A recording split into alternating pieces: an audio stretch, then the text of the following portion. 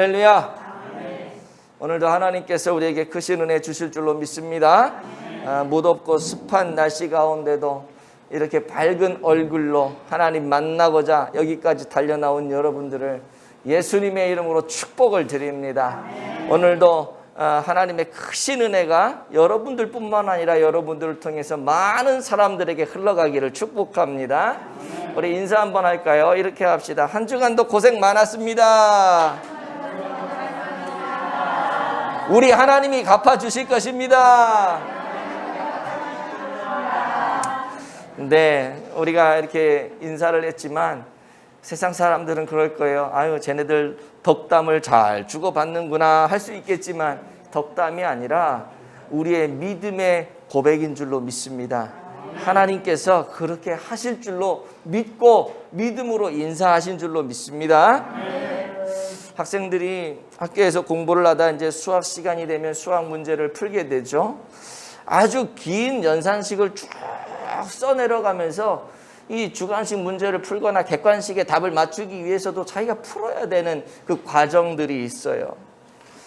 그런데 그렇게 길게 나열하지 않고도 간단하게 답을 구할 수 있는 방법이 있는데요. 그게 뭐냐면 공식을 사용하면 쉽게 답을 만들 수가 있고 해결할 수가 있다는 거죠.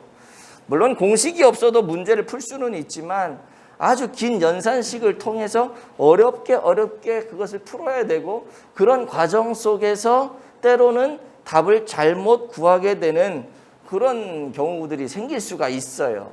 그렇기 때문에 그런 실수를 미연에 방지하기 위해서 쉽게 그 문제를 해결하기 위해서 그 긴 연산식을 짧게 줄여놓은 게 있는데 그것을 공식이라고 이야기를 하거든요. 예를 들면 뭐 원의 둘레를 구하는 공식은 지름 곱하기 3.14 뭐 이런 공식들이 있단 말이죠. 근데 사실은 지름 곱하기 3.14라고 하는 공식을 만들어내기 위해서는 과학자들이 수학자들이 엄청나게 긴 연산식을 쫙 풀어가지고 그거를 압축해 놓은 게 지름 곱하기 3.14라고 하는 거예요. 그것만 알면 쉽게 그걸 구할 수 있게 되는 거죠. 요리를 잘하는 사람들도 보면은요, 자기 나름대로의 비법이 있단 말이에요.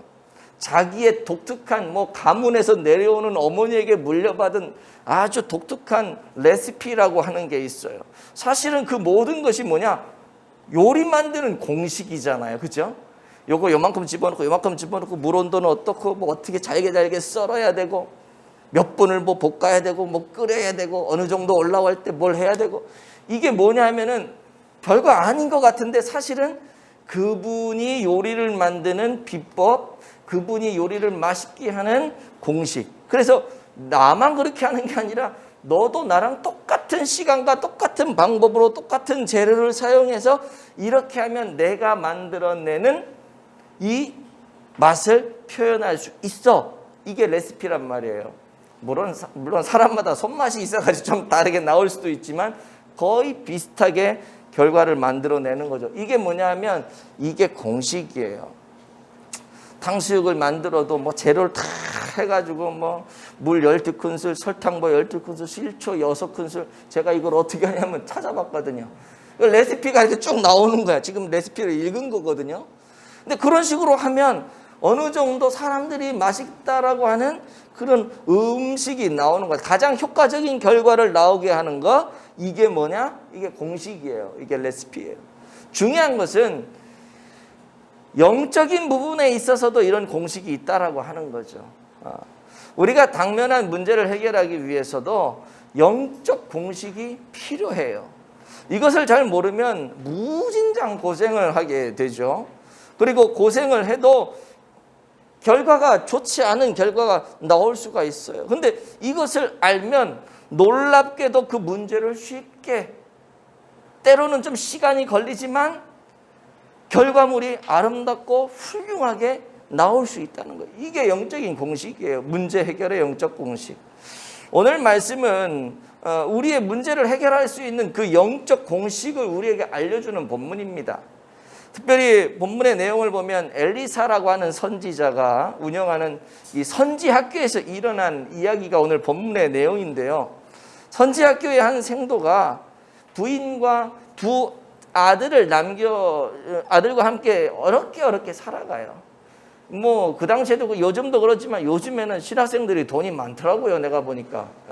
근데 부모한테 물려받아서 그런지 모르겠지만 옛날 저 학교 다닐 때만 하더라도 차비가 없어서 걸어 다니고 사당동 넘어가고 이 식권 얻기 위해서 식권 밥 먹을 그게 없어가지고 가끔가다 목사님들이 설교하러 오시면서 전교생에게 식권을 배부하면 그날 막 할렐루야 그러고 막 밥 먹고 그런 적이 있었거든요. 그 당시 엘리사 당시에도 그렇게 선지 생도들이 힘들고 어렵게 살다가 보니까 아내와 두 아들이 너무 힘들었어요. 본인도 힘들지만. 근데 더 큰 문제가 뭐냐면 그래도 이 가장이 있었기 때문에 그나마 힘들게 살아갔지만 가장이 그냥 어느 날 죽어버린 겁니다. 부인과 두 자녀를 남겨놓고 죽어버린 거예요. 그러니까 살 길이 막막한 거죠. 아내가 남편이 죽었으니 열심히 살아보겠다고 애를 쓰지만 당시에 여자들은 생활 능력이 없었거든요. 그래서 고아와 과부가 그렇게 불쌍한 그런 시대였어요. 요즘에는 복지 정책이 잘 돼서 고아 과부 그러면 그래도 나라에서 지원받고 이런 것들이 많은데 그 당시에는 그런 게 없었어요. 아예 살아가기가 너무 힘든 그런 시대죠. 그러니 빚을 져야지 살 거 아니에요. 빚을 지다 보니까 빚이 점점 눈덩이처럼 불어난 거예요. 엄청나게 빚이 늘어나게 되다 보니까 빚쟁이들이 막 밤낮으로 쫓아오는 겁니다. 빚쟁이들이 쫓아와가지고 돈 내놓으라고. 결국 어떤 현상이 발생하냐 하면 너 돈 못 갚으면 네 애들 잡아가겠다. 그런 상황에서 어찌 보면 마지막 방법인 선지학교 교장 선생님이었던 엘리사 선지자를 찾아가게 된 거예요. 찾아가서 이야기하는 거죠. 눈물로 사정을 하는 겁니다. 그 이야기를 다 듣고 엘리사가 그 여인에게 얘기해요. 너희 집에 무엇이 있는지 그럼 내게 좀 말해봐라. 뭐가 있는지 얘기해봐라. 내가 뭘 도와주려고 해도 상황을 알아야 될 거 아니야. 뭐 이런 거 아니겠어요. 그랬더니 얘기하는 게 뭐예요? 계집종의 집에 기름 한 그릇 외에는 아무것도 없는, 기름 한 그릇, 요만한 정지에 기름 한 그릇 외에는 우리 집에 아무것도 없습니다. 그러니까 배째라는 거죠. 당신 좀 책임 좀 져달라는 거예요. 그랬더니 엘리사가 뭐라 그래요? 너 밖에 나가서 모든 이웃에게 그릇을 좀 빌리되 조금 빌리지 말고 많이 빌리라 그래요. 그러면서 그 이후에는 뭐라 그러냐면 다 읽으셔서 알겠지만은 문 닫고 그릇에 기름을 부으래요. 젊은 과부는 엘리사의 말씀에 순종해서 두 아들에게 야 너희들 가서 열심히 그릇 빌려와라. 그리고 여인은 그릇마다 기름을 다 붓기 시작하는데요. 기적이 일어난 거 아닙니까? 그 한 그릇 그 작은 그 용기에 들어있던 그 기름을 붓는데 기름이 아무리 부어도 끊이지 않는 거예요. 그 아들들이 가져온 그릇에 기름을 다 부었는데도 계속 기름이 나오는 거죠. 무슨 마술을 부린 것도 아니고. 그릇에 기름이 다 찼어요. 여인이 얘기하죠. 얘들아 그릇 텀 더 갖고 와라. 그때 애들이 하는 말이 뭐예요? 이제 엄마 그릇이 없어요. 그러고 나니까 기름이 그쳐졌더라. 이게 오늘 본문의 내용이거든요. 그러면서 그 맨 마지막에 보니까 선지자가 뭐라 그래요? 이제 그거 기름 갖다가 팔아서 빚도 갚고 네 생계도 생활하고, 이런 놀라운 풍성한 은혜의 역사가 오늘 본문에 기록되어져 있는 것입니다. 여러분 어떻게 이런 일이 일어날 수 있을까? 먹을 게 없어서 자식까지 노비로 팔아야 되는 그런 지경까지 왔던 이 여인의 삶에, 이 가정에 어떻게 이런 풍성한 은혜를 누리게 될 수 있었을까? 이것이 오늘 본문에서 이야기하는 이 이야기를 통해서 우리에게 주는 게 뭐냐면 이 문제를 해결할 수 있는 영적 공식 이 안에 들어있다는 거죠. 그 첫 번째가 뭐냐 하면 바로 이겁니다. 시작. 기도의 공식입니다. 문제 해결을 하기 위한 영적 공식 첫 번째가 기도라는 거죠. 1절에 보시면은 한번 우리가 읽어보도록 할까요? 시작. 선지자의 제자들의 아내 중에 한 여인이 엘리사에게 부르짖어 이르되 당신의 종 나의 남편이 이미 죽었는데 당신의 종이 여호와를 경외한 줄은 당신이 아시는 바니이다. 이제 빚준 사람이 와서 나의 두 아이를 데려가 그의 종을 삼고자 하나이다 하니. 아멘. 여기 보시면은요, 부르짖어 이르되 그래. 부르짖어 이르되. 이 부르짖다라고 하는 것은 간절히 기도한다라고 하는 단어와 똑같은 것입니다. 누구한테 부르짖냐면 선지자 엘리사에게요. 엘리사가 어떤 사람입니까? 요즘도 마찬가지지만 그 당시의 선지자는 하나님을 대변하는 사람이었어요. 요즘도 목사님들이 하나님의 말씀을 대변하지만 요즘 목사님보다도 그 당시의 선지자는요, 좀 더 급이 높은 분들 같은 느낌이 드는 그런 분위기였거든요. 거의 하나님과만 대면하고 하나님과 독대하고 하나님으로 직통 계시를 받아서 일을 하고 기적을 일으키고, 그런 엘리사에게 지금 부르짖었다라고 하는 것은 곧 뭐야? 하나님 앞에 부르짖은 거랑 같은 거라는 거예요. 하나님께 부르짖어. 이 여인은 자기의 어려운 처지를 하나님께 구하면서 간절하게 부르짖은 겁니다. 여러분에게 어떤 어려움이 있으십니까? 그때 가장 먼저 해야 되는 중요한 것이 뭐냐? 우리 하나님 앞에 부르짖어야 되는 거예요. 저한테도 얘기를 하지만, 저한테 얘기하면 저도 기도를 하지만, 여러분 하나님 앞에 부르짖는 그 기도를 우리가 해야 되는 줄로 믿습니다. 우리가 왜 응답을 받지 못해요? 왜 하나님으로부터 그걸 채움을 받지 못할까요? 성경은요, 야고보서 4장 2절에 너희가 얻지 못하는 것을 구하지 않았기 때문에 그런 것이다 얘기하거든요. 여러분, 저도 그렇고 여러분들도 그렇고요, 문제가 있거나 어려움이 있을 때 우리 하나님께 기도한다 그러죠. 근데 양심에 손을 놓고 한번 생각해, 얼마나 기도해요? 정말로. 그러나 여러분 꼭 기억하세요. 우리가 정말 이 부르짖어 기도하고 생명 걸고 기도하면 우리 하나님이 주십니다. 구하는 자에게 하나님께서 좋은 것을 주시지 않겠느냐, 우리 주님이 말씀하시잖아요. 간절히 바라기는 오늘 이 아침에 간절히 하나님께 구하는 여러분들, 우리 모두가 되어지시기를 축복합니다. 그런데 이렇게 부르짖으면은요, 제일 먼저 임하는 게 뭐냐 하면 하나님의 음성이 들려요. 하나님의 음성이요. 부르짖는 그 여인에게 엘리사가 선지자가 얘기를 하죠. 내가 너를 위하여 어떻게 하랴. 성경에 보면은요, 소경 바디메오가 예수님께서 지나가실 그때에 다윗의 자손 예수여 나를 불쌍히 여기소서 하고 막 소리 지른단 말이에요.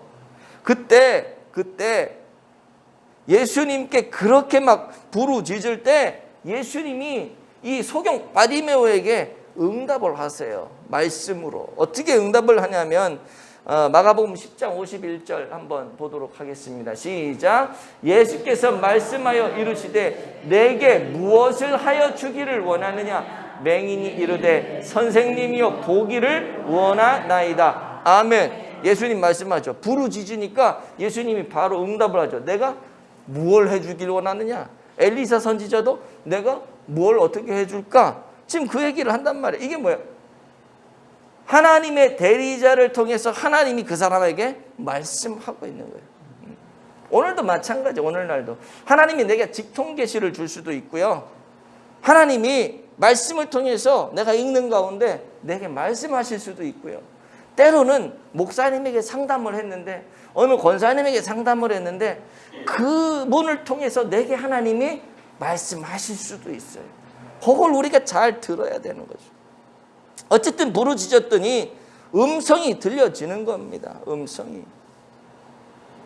여러분, 예레미야서 33장에 보시면 너는 내게 부르짖으라 내가 내게 응답하겠고 내가 알지 못하는 크고 은밀한 것을 내게 보이리라. 부르짖을 때 그런 현상이 나타나고 그런 응답이 임하는 거예요. 제가 늘 말씀을 드리지만 우리가 늘 문제를 안고 살지 않습니까? 그런데 문제는 안고 있는데 기도를 하지 않는 때가 진짜 많아요. 저 자신도 그럴 때가 많고요. 그러다가 정신 바짝 차리는 거죠. 내가 지금 이거 갖고 끙끙거릴 때가 아니라 내가 지금 이거 갖고 끙끙거리는 이 시간에 하나님 앞에 기도해야 되는데 기도할 생각은 하지 못하고 그 문제에 그냥 국한해가지고 내가 끙끙거리기만 하고 나 도와줄 사람 없나 막 전화나 돌리고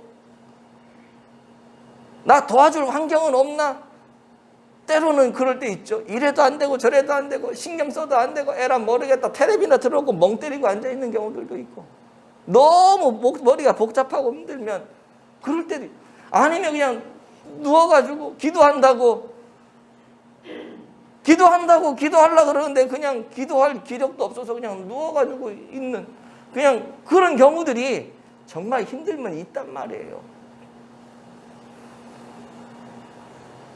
그러나 여러분 그럴 때 우리 정신 바짝 차리고 그럴 시간에 하나님 앞에 부르짖고 기도해야 될 줄로 믿습니다.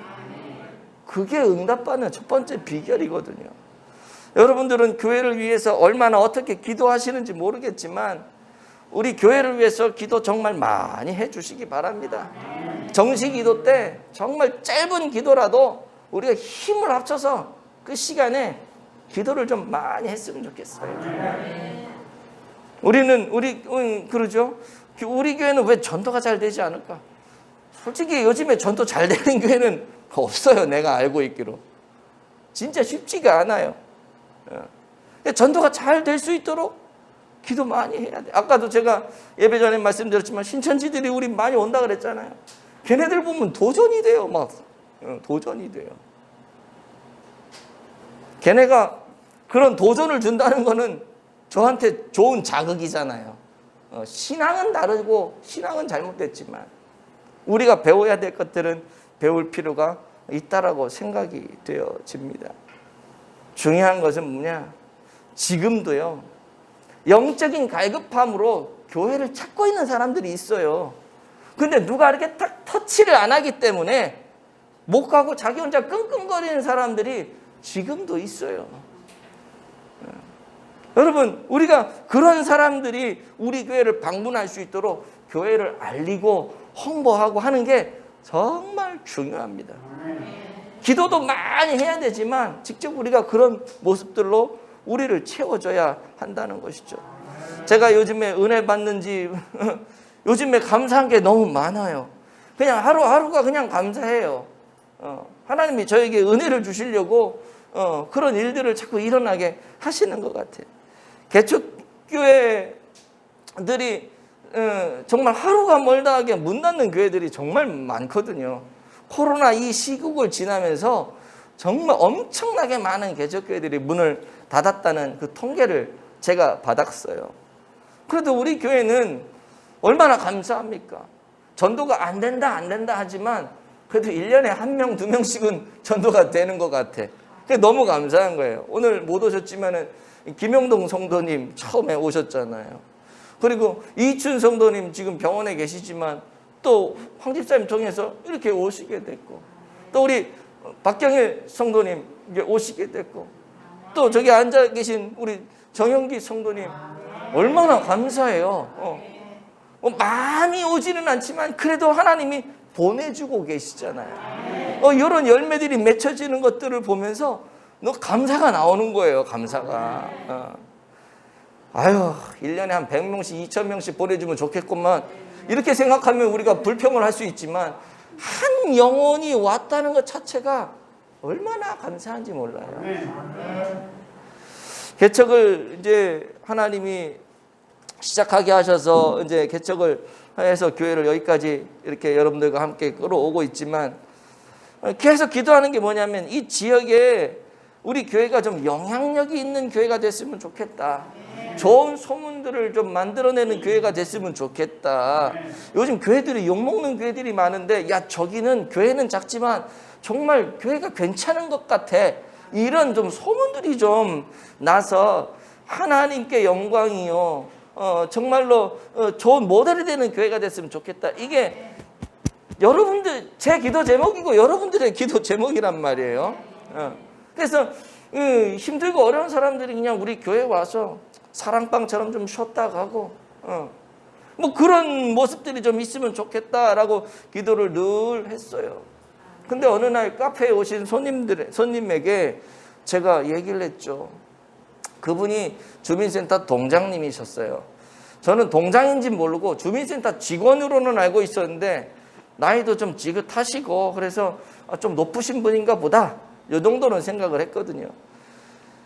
그래서 제가 그분이 맨 마지막에 나가시더라고요. 그래서 저한테 꼭 그래요. 사장님 나 쿠키 하나만 더 주면 안 돼요? 그리고 가서 우리 여직원들 좀 주려고요. 그래요. 그러면 이게 집어드리죠. 그분이 그날도 그렇게 얘기를 하시고 그래서 쿠키 집어드리면서 저기 선생님 혹시 주민센터하고 우리 카페하고 좀 연계해서 뭐 할 수 있는 거 뭐 없을까요? 기대도 하지 않고 지나가는 말로 난 늘 기도를 그렇게 했으니까 했더니 이분이 이렇게 좀 하고 이렇게 생각을 하는 것 같은데 그 옆에 있던 다른 남자 직원이 좀 문화센터 하면 되겠네. 커피 가리키는 거 딱 그러는 거예요. 그러더니 이분이 나갔어요. 나가더니 한 20초 정도 뒤에 다시 들어오는 거예요. 이 동장이라고 하는 분이. 근데 뭐 홍보물 같은 거 없습니까? 그러는 거예요. 그래서 제가 여기 걸려있는 행복한 커피 학교 이거를 원데이 스쿨을 딱 나눠줬죠. 그랬더니 이거 자기가 갖다 붙이겠다고. 그러더니 며칠 뒤에 와가지고 붙였다라고 얘기를 또 하시는 거예요. 그러더니 하시는 말씀이 자기 밑에 이제 담당 직원을 보내가지고 해가지고 이제 연결을 이렇게 한 거예요. 근데 담당 직원이 와가지고 좀 기분이 언짢았던지 위에서 명령이 떨어졌으니까 자기가 해서 올린 게 아니라 그래서 그거 내가 담당자인데 저한테 얘기하시지 왜 동장님한테 얘기하셨냐고 나한테 해서 내가 그분이 동장인지 알았냐고 그냥 우리 카페 오는 손님한테 얘기한 건데 그랬더니 죄송하다고 내가 그러면서 했더니 그분이 일 처리를 쭉 하시면서 다 애들은 내가 모아줄 거고 뭐 일정은 어떻게 하고 뭐 이렇게 하면서 근데 사장님 이게 돈은 안 됩니다. 나랏돈 먹는 거는 돈이 안 됩니다. 그러면서 이게 해가지고 시간당 몇만 원 이렇게 해가지고 이게 준다 그러더라고요. 그래서 다 내 돈 들여서 하려고 그랬는데 나라에서 몇만 원이라도 준다니까 얼마나 감사해요. 너무 감사한 거죠. 그래서 중학교, 고등학교 애들 5명에서 한 10명 정도를 자기가 다 해가지고 보내주겠다. 그리고 일반 사람들도 할 수 있도록 공고할 거니까 포스터 어떻게 했으면 좋겠냐 해서 제가 다 만들어줬어요. 그 사람 얼마나 좋아요. 자기가 할 일 내가 포스터 다 만들어서 보내줬으니 자기는 보고만 하면 되거든.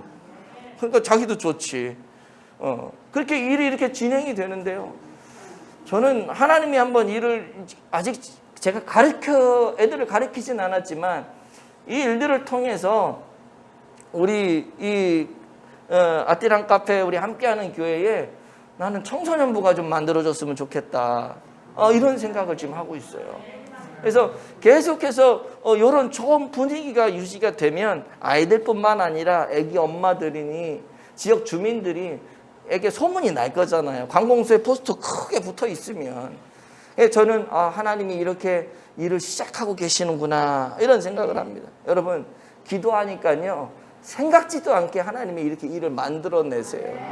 여러분 기도하실 때 여러분들 가정에 있는 여러분 직장에 있는 여러분들의 삶의 환경에 있는 모든 문제와 어려움들 기도 제목들이 해결될 줄로 믿습니다. 두 번째는요. 문제 해결의 영적 공식은 뭐냐? 믿음이야. 믿음의 공식이에요. 부르짖는 여인에게 엘리사 선지자가 내 집에 무엇이 있느냐 하고 묻죠. 그때 기름 한 그릇 외에는 없나이다 이렇게 대답을 해요. 그때 엘리사가 그 여인에게 그릇을 빌려와라. 근데 조금 빌리지 마라 그래요. 많이 빌려오라는 거죠. 그것이 3절 내용인데요. 한번 볼까요? 3절 시작. 이르되 너는 밖에 나가서 모든 이웃에게 그릇을 빌리라. 빈 그릇을 빌리되 조금 빌리지 말고 많이 빌려오라는 거예요. 많이. 왜 많이 빌려오라고 할까? 많이 빌려오면 빌려올수록 그 그릇에 차는 기름의 양이 많아지기 때문인 거 아니겠어요? 만일 어떻게 그 그릇에 기름이 가득 찰까 하고 의심을 했다면 그릇 못 빌려오죠. 내가 그릇만 많이 빌려가면 뭐해? 기름도 없는데 이런 생각하면 그릇 빌릴 마음이 생기겠냐고요. 힘들죠. 그러나 이 여인이 많이 빌려왔다는 건 뭐예요? 믿음이 있었다는 거예요. 하나님이 채우실 거다라고 하는 이 믿음이 있으니까 그거 하는 거거든요. 그거 하는 거거든요. 우리가 전도 왜 해요? 우리가 전도하다 보면 하나님이 채워주실 거다라고 하는 믿음이 있으니까 하는 거죠. 우리가 기도를 왜 해요? 하나님이 채워주실 거다, 응답하실 거다라고 하는 믿음이 있으니까 기도하는 거죠. 해도 하나님 듣지도 않아. 전도해도 하나님 보내지도 않을 거야. 그러면 그런 마음 가지면 전도가 되겠어요? 안 되죠. 내 안에 그런 믿음이 있으니까 그릇을 가져오는 거예요. 우리 주님께서 응답하시고 병을 고치실 때 뭐라 그래? 내 믿음대로 될지어다 그래요. 아이고 설령 주님 만난다고 내 병이 고쳐지겠어? 주님이 터치한다고 내 몸이 낫겠어? 그러면 안 낫는 거예요. 내 믿음대로 역사한다니까요. 주님이 그냥 내가 주님의 그 옷자락이라도 만지면 내 이 흐르는 혈류의 근원이 끊어질 것이라고 하는 이 소망을 가지고 만지니까 그냥 즉시 사라지잖아요. 그게 믿음 아니겠어요? 그게. 그래서 믿음만큼 기적의 역사가 일어나는 것입니다. 하인을 고쳐달라고 예수님께 간구한 백부장, 비록 이방인이었죠. 하지만 우리 주님은 그 하인의 병을 고쳐주셨어요. 그러면서 뭐라 그래요? 이스라엘 중 아무에게서도 이만한 믿음을 찾아보지 못했다. 이방 백부장에게 하는 말이에요. 백부장의 믿음인데 그 이방 사람이거든요. 근데 이 이방 사람의 이 믿음은 나를 잘 믿는다라고 하는 그 유대교 그 사람들 중에서도 이런 믿음을 내가 찾아보지 못했다. 대단한 칭찬 아닙니까? 귀신 들린 자기 딸을 고쳐달라고 간구한 이 가나안 여인 아시잖아요. 그 딸을 고쳐주시면서 이 여인을 뭐라고 칭찬하세요? 여자여, 내 믿음이 크도다. 내 소원대로 될지어다. 믿음을 보시면서 다 이 기적의 역사를, 치유의 역사를, 문제 해결의 역사를 우리 하나님 만들어내셨어요. 우리 식으로 말하면 목사든 집사든 권사든 뭐 아직 직분을 받지 못한 성도든 관계없이 그의 믿음대로 하나님이 그에게 역사하는 거예요. 제가 목사지만 목사라고 꼭 믿음이 제일 좋은 것도 아니에요. 권사라고 믿음이 제일 좋은 것도 아니고 장로라고 제일 좋은 것도 아니에요. 어쩌면은요, 목사보다도 장로보다도 권사보다도 집사보다도 아직 직분을 받지 못한, 그러나 예수님 그 하나님 한 분만 보고 그냥 여기 앉아 있는 순수한 믿음을 가지고 있는 그분이 어쩌면 더 큰 믿음의 역사를 경험할 수 있는 분일 수 있다는 거죠.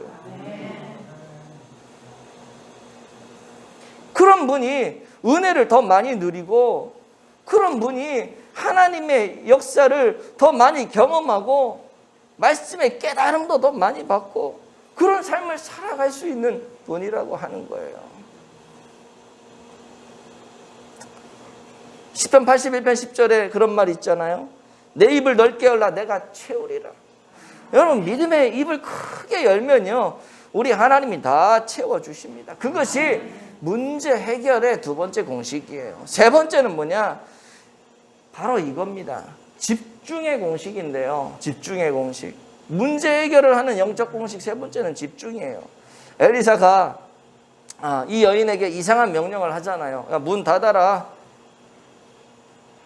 4절에 보면 그렇게 나와 있어요. 4절 한번 볼까요? 시작. 너는 내 두 아들과 함께 들어가서 문을 닫고 그 모든 그릇에 기름을 부어서 차는 대로 옮겨 놓으라 하니라. 아멘. 문을 닫으라 그러잖아요. 왜 문을 닫으라고 했을까요? 하나님께 집중하기 위해서요. 왜 골방에 들어가서 기도해요? 하나님께 집중하기 위해서. 세상의 잡념, 세상의 소리, 환경 이런 거 보지 않고 하나님께만 집중하기 위해서 문을 닫는 거예요. 기도할 때도 하나님께 집중해서 기도해야 돼요. 집중해서 기도하기 위해서 우리가 큐티도 하고 골방도 찾아내고 우리 그러잖아요. 집중하려고. 불도 끄고. 마태복음 6장에 보면은 너는 기도할 때 내 골방에 들어가서 문을 닫고 은밀한 중에 계신 내 아버지께 기도하라. 은밀한 중에 보시는 내 아버지께서 갚으시리라. 하나님 우리가 이게 독대하라, 독대. 집중해서 독대해라. 하나님께 집중한다는 것은 뭐예요? 하나님을 전적으로 의지하는 거죠. 세상 바라보지 않는 거죠. 그럴 때 문제 해결의 역사가 강력하게 일어난다라고 하는 것입니다. 네 번째, 마지막인데요. 문제 해결의 영적 공식 네 번째, 시작. 순종의 공식입니다. 아멘. 이 여인은 엘리사 선지자가 시키는 대로 순종을 하게 되죠. 그릇을 빌리되 조금 빌리지 말라는 말에 그대로 순종해가지고 엄청나게 빌릴 수 있는 대로 최대한 많은 그릇을 다 빌려옵니다. 문을 닫으라고 하는 그 말에 그대로 순종해서 문을 닫습니다. 그릇에 기름을 부으라라고 하는 말에 그대로 순종해서 그냥 명령대로 기름을 붓습니다. 아니 선지자님, 왜 그릇을 빌려와야 합니까? 많이 빌려와야 할 필요 있습니까? 지금 그릇 요거 한 명밖에 없는데, 아니 더워 죽겠는데 왜 문을 닫으라고 합니까? 에? 이런 따지는 소리가 성경에 하나도 없어요. 한 명밖에 없는데 이 그릇이 이렇게 많아서 뭐합니까? 왜 진을 빠지게 만듭니까? 좀 납득이 되는 일을 좀 시키세요. 이런 얘기가 없어요, 성경에. 그냥 말씀하는 대로 다 순종합니다. 여러분 꼭 기억을 하시기 바랍니다. 문제 해결의 마지막 공식은 순종입니다. 쉽지 않죠. 내 이성과 내 생각과 내 경험, 이거를 다 배제하고 순종해야 되는 게 쉽지 않죠. 그러나 이게 마지막 관문인 거예요. 아무리 지금까지 잘해왔다 할지라도 마지막에 순종하지 않으면 여러분 지금까지 잘했던 거 다 수포로 돌아갈 수 있어요. 하나님은 순종이라는 이 마지막 공식을 통해서 문제 해결의 응답을 우리에게 주십니다. 우리의 문제가 해결되지 못하고 있다면 여러분 한번 잘 생각해 보셔야 돼요. 이것이 해결되어지지 않고 있다면 혹시 내가 다른 어떤 것에 하나님께 순종하는 것보다 다른 어떤 것에 더 집중하고 있지 않는가? 이거 생각해 보셔야 됩니다. 내가 다 잘한 것 같은데 왜 안 될까? 내가 순종이 온전한가? 이거 다시 한번 점검해 보셔야 돼요. 하나님은 우리에게 문제 해결을 할 수 있는 방법을 알려주시거든요. 그리고 우리가 그렇게 해결해 달라고 기도할 때 이미 해결해 주시려고 다 준비해 놓으셨어요. 이미 준비해 놓으셨어요. 근데 문제는 뭐냐? 준비해 놓은 그거를 내가 순종함으로 받아야 되는데 받으려니 내 이성과 내 경험이 그거를 말 같지도 않은 거를 받으라고 하니 이게 안 되는 거예요. 그런데 순종은 그거를 순종으로 받아야 된다는 거죠. 그때 문제 해결이 일어나는 겁니다. 우리는 문제가 있을 때 기도하죠. 하나님께서 해결해 주실 줄로 믿습니다 하고 막 기도를 해요. 하나님 의지한다고 막 해요. 그래서 하나님이 그러네. 그리고 뭔가를 좀 보여주려고 그럼 이렇게 해봐 그러는데 그것까지는 내가 못하겠어요. 이래 되면 끝나는 거예요. 순종의 과정을 잘 넘어서지 못하는 것이 우리의 가장 큰 문제 중에 하나라고 하는 거죠. 기도도 열심히 해요. 봉사도 열심히 해요. 근데 하나님 이것까지는 내가 순종 못하겠습니다. 그럼 끝나는 거예요. 거기서. 이 문제점을 넘어가지 못하고 중간에 안타까움을 당했던 사람의 대표가 누구냐? 사울 왕이죠. 사울 왕. 처음에 사울이 얼마나 잘 나가는 인생이었습니까? 키도 번지라고 아주 그래서 왕이 됐잖아요. 마음에 들었단 말이에요. 그런데 나중에 하나님이 사울을 버리시잖아요. 책망을 하시는데요. 뭐라고 얘기를 하냐면 사울이 내 말을 버렸다. 하나님 그렇게 책망을 하세요. 하나님의 말씀을 버렸다. 순종하지 않았다는 거죠. 하나님 불순종을 이렇게 싫어하십니다. 반면에 순종을 너무나도 좋아하세요. 그래서 뭐라 그러냐면 순종이 제사보다 낫다. 제사가 뭐예요? 예배잖아요. 예배 밤낮 새벽기도 금요 쉬면 주일 예배 안 빠지고 막 큐티까지 다 해도 하면 뭐해? 하나님 말씀에 순종 안 하면 의미가 없는 거예요. 예배 왜 드려요? 기도 왜 하고 찬양 왜 하고 성경 공부 왜 해요? 결국은 말씀에 순종하는 삶을 살기 위해서 그런 건데, 아무리 예배를 드리고 뭐 다 한다고 해도 결정적인 순간에 하나님 나 그거 못해요 그러면 예배 헛것이 될 수 있다는 거예요. 그래서 제사보다, 순종이 제사보다 낫다는 표현이 나오는 거 아니겠습니까? 말씀 맺을게요. 오늘 여러분에게 무슨 근심이 있습니까? 무슨 걱정이 있으세요? 오늘 선지성도의 아내였던 이 여인은 경제적으로 심한 어려움을 당해가지고 자기 자녀들까지 종으로 팔아 넘겨야 되는 그런 아주 극한 그 어려움을 경험하고 있었던 때 아닙니까? 그런데 하나님께 기도함으로 그 문제를 해결받죠. 해결받는 정도가 아니라 삶이 윤택해지고 풍성해집니다. 간절히 바라기는 오늘 이 시간 우리도 하나님께 기도함으로 하나님이 주시는 그런 은혜를 풍성하게 누리게 되길 간절히 바라요. 대신에 믿음으로 기도하십시오. 큰 믿음으로 기도하십시오. 하나님께 집중해서 기도하십시오. 그리고 들려오는 하나님의 음성에 아멘 순종함으로 반응하시기 바랍니다. 반드시 하나님께서 큰 축복으로 여러분들과 함께하여 주실 줄로 믿습니다.